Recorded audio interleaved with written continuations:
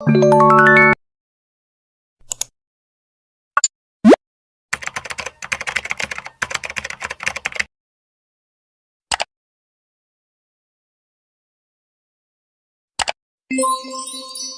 teman-teman, perkenalkan nama saya Jessica Anggrani Puspita Dewi. Di sini saya akan membawakan salah satu bab dari buku Etika dan Filsafat Komunikasi karya Muhammad Mufid. Nah, sebelumnya saya akan membahas secara singkat-singkat saja. Untuk penjelasan lebih lanjut, kalian bisa baca artikelnya di Opini Jazz. Don't forget. Baca guys, aku sudah effort ngerangkum selama 2 hari. Meanwhile. Oke, yang pertama kita akan membahas tentang kodrat filsafat. Filsafat adalah usaha revolusioner untuk menggantikan sistem penjelasan mitologis dengan sistem penjelasan yang rasional. Ada 3 ciri khas kualitas pengetahuan filsafat, yaitu yang pertama, analisis filsafat adalah akal budi. Yang kedua, metode filsafat adalah penalaran murni.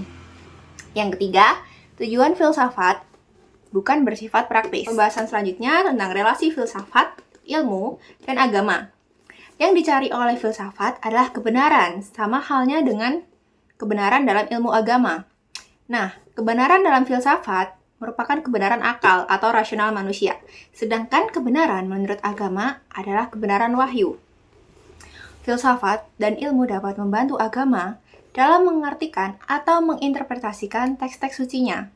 Filsafat membantu dalam memastikan arti objektif, tulisan wahyu, dan menyediakan metode pemikiran untuk teologinya.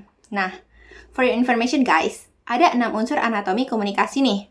Yaitu yang pertama, melibatkan orang lain atau hubungan seseorang dengan lingkungannya. Yang kedua, proses, yakni aktivitas yang dinamis atau bersifat terus-menerus dan tidak sama. Yang ketiga, pesan. Pesan dapat berupa tanda atau simbol yang disampaikan. Yang keempat, ada saluran atau channel.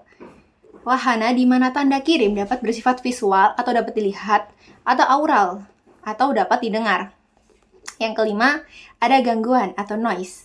Sesuatu yang dapat menghambat penerimaan pesan. Nah, yang terakhir nih, perubahan dalam komunikasi menghasilkan adanya perubahan pada pengetahuan, sikap, atau tindakan seseorang. Oke, masuk ke pembahasan selanjutnya yaitu tentang masa awal pembentukan disiplin ilmu komunikasi. Ilmu komunikasi dimulai sejak masa Yunani kuno. Saat itu, Koraks mengajarkan teori berbicara di depan pengadilan yang dinilai sebagai cikal bakal pembujuk atau yang biasa kita kenal sebagai persuasi. Nah, salah satu murid Koraks atau Tisias mengambil istilah retorik untuk menamai keterampilan tersebut. Kemudian era Tisias digantikan oleh Aristoteles dan gurunya Plato. Menurut Aristoteles, komunikasi adalah alat di mana warga dapat berpartisipasi dalam demokrasi dan menjadi awal mula keterampilan berbicara di depan umum, atau yang kini kita sebut sebagai public speaking. Nah, jika pada masa klasik komunikasi dikembangkan oleh pemikir, memasuki abad ke-12, komunikasi diasuh oleh sastrawan. Pada masa ini, komunikasi sudah mengenal gaya berbicara, artikulasi, dan sikap tubuh. Tidak hanya sampai situ saja.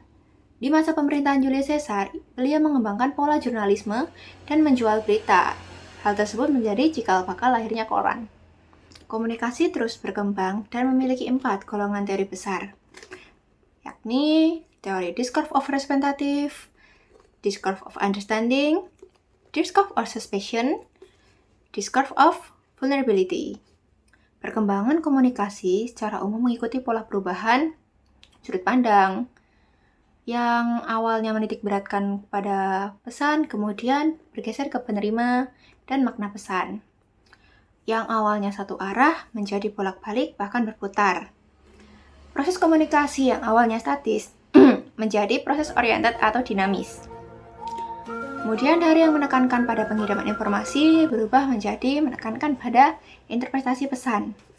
Dari public speaking menjadi komunikasi yang beragam seperti konteks individu, hubungan, dan organisasi, masyarakat, serta media.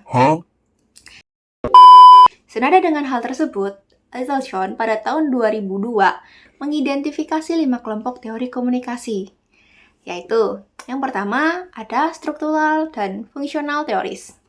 Yang kedua ada cognitive and behavioral theories. Yang ketiga ada interactionist theories.